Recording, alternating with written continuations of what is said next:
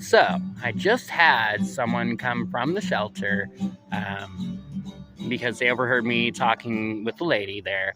And he comes up to me and he's like, "Hey, what were you asking when you came in?" And I said, "I was asking how many bed spaces there were available." He goes, "Oh yeah, that's what I thought you said. Who was it that you asked?" And I went, "It was the person right across from where you were sitting. They had their back to the door." And he goes, "Was that a larger lady?" And I was like, "Well, yeah, they were a little bit."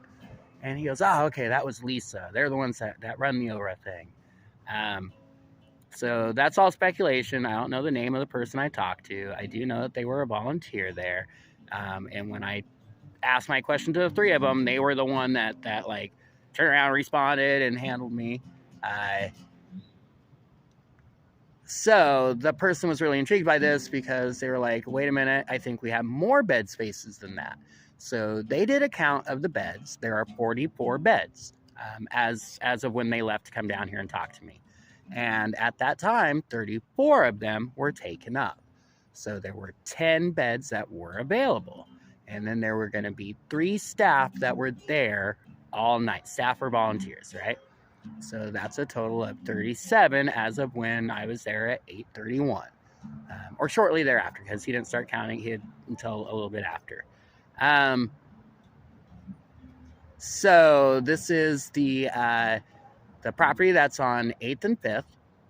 Main and 5th. And I remember when I was a host at an underground shelter at that same exact building, following COVID protocols, the most that we could fit in there was 16. And that included the spots for the host. Like 16 people was the most we could have in there and actually have any confidence that we were not immediately sharing each and everything that we all had. Um, yeah,